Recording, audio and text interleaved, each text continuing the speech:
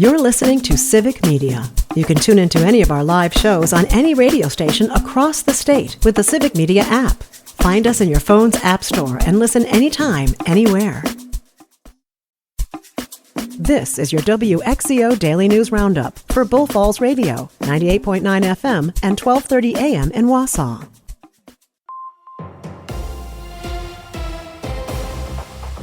For WXCO News, I'm Brittany Merlot. A possible tornado in southern Eau Claire County yesterday evening, with photos of it and reports from an emergency manager of structure damage. Radar and reports show the path of the twister may stretch from Fall Creek east to Augusta. Trees also caught fire when they tumbled onto power lines in Rothschild and Cronenwetter in Marathon County. Winds were reported reaching 50 miles per hour in Wausau and 55 miles per hour in Rhinelander. Quarter-size hail was scattered in some of the storms across the state, and nearly ping-pong ball-size hail hit Sidney, just outside of Marshfield in Clark County. While winds in Withee whipped up to 60 miles per hour, Wisconsinites this morning, about 2,500 of them, are waking up with no power. School district leaders across the state are trying to figure out what to do. Savannah Tomei-Olsen reports. The U.S. Department of Agriculture announced more than $1 billion in funding last year for two programs that help schools, child care centers, and food banks buy locally sourced food. Caitlin Taurainen heads the School Nutrition Association of Wisconsin. She says schools have roughly $2 per kid to spend on school lunches, and that federal money helped bridge the gap in their slim budgets and partner with local producers. It's hard for us to do that with the budget that we have. And not only is it hurting the students in the schools that are consuming this food, but it's really making a huge impact on our farmers. Stacy Nelson is the director of food nutrition services for the Menominee School District. She says that federal money helped them move away from big box foods and give kids more nutritious options from local farmers. Continuing to pull programs that are meant as a support to those kids isn't going to make America healthy again, which is what we keep saying we're trying to do. Senator Tammy Baldwin has demanded the USDA restore that funding. Leaders in the Trump administration say cutting it is curbing government waste. The man at the center of the Judge Dugan controversy in Milwaukee is currently being held at a Dodge County detention facility. Stuart J. Waddles has the latest. The judge was arrested and charged with felonies, with the feds saying she helped Eduardo Flores Ruiz avoid ICE detention. Flores Ruiz is a 32-year-old Mexican national. He faces multiple charges in Milwaukee County, including battery with a domestic violence enhancer. That stems from a March 12th incident where he allegedly attacked his roommate and the roommate's girlfriend. The alleged victims of the Milwaukee battery were waiting in court to testify when the judge allegedly assisted Flores Ruiz. Those victims have chosen to keep their identities concealed due to safety concerns. Judge Dugan will be in court as a defendant May 15th. Forward Latino and local leaders are gathering at the Milwaukee County Courthouse today to denounce the Dugan arrest and what they call governmental overreach threatening judicial integrity. And a new state law offers an alternative to the traditional bartender's license in Wisconsin. Joanne Krulotz has the details. The statewide operator's permit is a new alternative to traditional operator's licenses, often referred to as bartender's licenses. Unlike licenses valid only within the issuing municipality, the statewide operator's permit is valid at licensed or permitted premises anywhere in Wisconsin. It provides flexibility for businesses operating in multiple municipalities, eliminating the need to obtain separate licenses for each location. For more details and permit qualifications, visit the Wisconsin Division of Alcohol Beverages website at revenue.wi.gov. And gas prices in the Wausau area today range from $2.82 to $2.99. All UW-Madison students whose visas had been revoked by the Trump administration have now had their visas restored. Savannah Tomei-Olsen has the details. 27 students and alumni had their visas canceled and were told they should self-deport immediately. 2 students sued the administration in U.S. District Court, and both times the students won the right to stay. Last week, across the country, people's visa records started to come back online as active without explanation. UW-Madison leaders confirmed that's what happened for all students and alumni who were impacted. That includes at least a handful of them who were told their visas were canceled after years of studying and now being just weeks away from graduation. Chancellor Jennifer Mnookin says she's relieved and grateful. According to the American Civil Liberties Union, about 4,700 students across the country have had their visas revoked. And the American Red Cross wants to recognize heroes in our communities. Lisa Hale has more.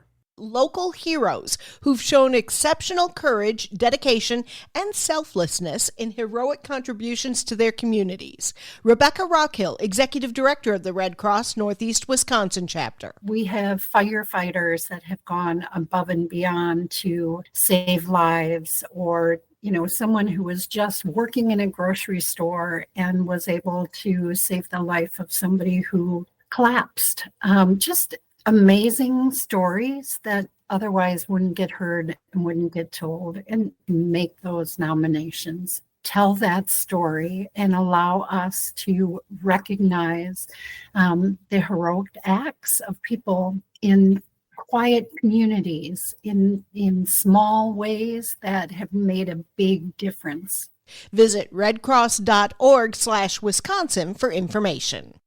Lawmakers are holding roundtable discussions to hear from the community about effects that federal cuts and actions have had on local Wisconsinites. Senator Brad Pfaff felt it was a good listening session, but he heard a lot of fear. Comments that were shared by the Aging, Disability, and Resource Center team. And when they talk about the concern and the outright fear that some of our elderly members in our communities are experiencing right now because they continue to hear about potential cuts to Medicaid as well as to Social Security. When it comes to Head Start, representatives stated that no one seems to know what's going on. The response they hear is, "Don't call us, we'll call you." It's important that we all recognize that we want our children to get a good head start, and especially early childhood education is so very important. Senator Sarah Kieski said that people are really concerned and anxious, wondering what's going to happen next. There are consequences to these decisions that are having ripple out effects that are beyond what had been considered and are now going to be affecting more and more people, creating more and more damage, and therefore we'll also have more things that we'll ultimately have to fix or pay for or address down the road. Perhaps the best advice for all of us came from Roxanne Kluberantz-Gerber. The biggest thing that you can do right now is reach out to those federal legislators, not just once, not just twice, consistently, daily, weekly. Make sure that your voices are heard. Continue to flood their emails, their voicemails with your concerns. If we do a one and done, they're going to think it doesn't matter anymore. The roundtable discussion was held in Richland Center on Thursday. For Civic Media News, I'm Lisa Hale. For news anytime, visit our website at civicmedia.us. The Brewers head to Chicago. Hi, I'm Mike Clemens with Sports Baseball. The Brewers opening a 3-game series tonight against the Chicago White Sox. Center fielder Garrett Mitchell on the 10-day IL with a strained oblique muscle. Pat Murphy on moving Jackson Churio over to center field. I think he'll adjust to it. He's got a long way to go to be a great outfielder, and he certainly has the ability, as he's shown offensively. He has the ability to be every bit as good defensively. So it's a work in progress, but I think he'll respond. NFL, the Packers have signed a free agent, Isaiah Simmons, to a 1-year deal. The veteran linebacker played for the Giants last season. NBA, a must-win for the Bucks tonight as they face the Pacers in Indy, down 3-1. Giannis on seeing Damian Lillard go down Sunday night with that torn Achilles tendon. You see your teammate being down, first thought is like, come on, get up. And he cannot walk on his own. You kind of know that he's serious, especially for a guy like Dame. That's the Bucks' Giannis Antetokounmpo with Sports. I'm Mike Clemens. On your entertainment beat, I'm Pete Schwaba. Sinners did not make as much as it did last week when it was also number one, but still set a record. The film pulled in $45 million, which is only 6% less than it made opening weekend.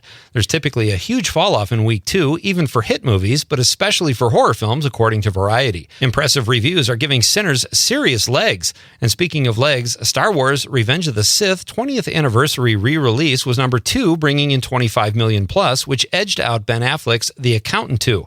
If you want to hear Ben Affleck do a weird accent he didn't do in the first film, check it out. The Minecraft movie finished in fourth place with just over $22 million. Rounding out the top five was the horror film Until Dawn, which brought in $8 million. So far, the box office has seen 11% higher gains than at this time last year. A good sign, so keep going to the movies. The new Hunger Games film, Sunrise on the Reaping, is in pre-production high gear. Last week, 2 leads were cast, and now Jesse Plemons has been cast as a young Plutarch Havensby. Hope I'm saying that right. That was the role previously played by Philip Seymour Hoffman. Hoffman's last film roles before passing away in 2014 at the age of 46 were both Hunger Games movies. Sunrise on the Reaping takes place 24 years before the Hunger Games and should hit theaters in November 2026. Here's one of Pete's picks that I liked 75% of. The film Drop is a good thriller for most of the movie. It's got a slick look, is well acted, and has an interesting plot where a widow goes on a first date. Throughout the course of the evening, her phone is airdropped threatening messages. It's a fun watch while trying to figure out who is behind the threats. It goes a little off the rails in the last 15 minutes and becomes a bit unrealistic. Having said that, you will love 75% of this movie. Robert De Niro won an Oscar for his portrayal of a young Vito Corleone in The Godfather 2. It might never have happened if he was not rejected for a part after auditioning for the first Godfather. De Niro auditioned for the role of Sonny Corleone, which went to James Caan. At a ceremony in Los Angeles last week honoring Francis Ford Coppola, Bobby D thanked the famous director for not casting him in the first Godfather, saying it was the best job I never got. If you've got some money burning a hole in your pocket and are in need of a used couch, you might be in luck. The original couch from Roseanne will be auctioned off. The couch is expected to draw a $10,000 bid to start, but could pull in as much as 40 to 60 G's. Just FYI, this is the same couch on which John Goodman gave Roseanne a foot rub. But rest easy, the winner of the auction will receive a complimentary bottle of Febreze. For more showbiz fun, tune into Nightlight with me, Pete Schwaba, weeknights from 6 to 8 p.m. on the Civic Media Radio Network. Mostly cloudy, a little breezy this morning, becoming sunny and less windy this afternoon. Our high today in the mid-50s. Tonight down to 33. Tomorrow, sun in the morning, clouds in the afternoon with a high right around 60. I'm meteorologist Sean Cable. Right now, it's 48. That's your WXCO Daily News Roundup from Civic Media. Subscribe to this podcast on Spotify, Apple, or wherever you find your podcasts. Find more news at bullfallsradio.com. The national news cycle never stops, but it can be hard to find news about your local community. Civic Media is dedicated to providing quality local and state news coverage across Wisconsin. With the Civic Media app, you can get notifications about local stories that matter to you and your community. Find the free Civic Media app in your phone's app store and choose notifications from the menu to tell us what kind of news you want to hear about.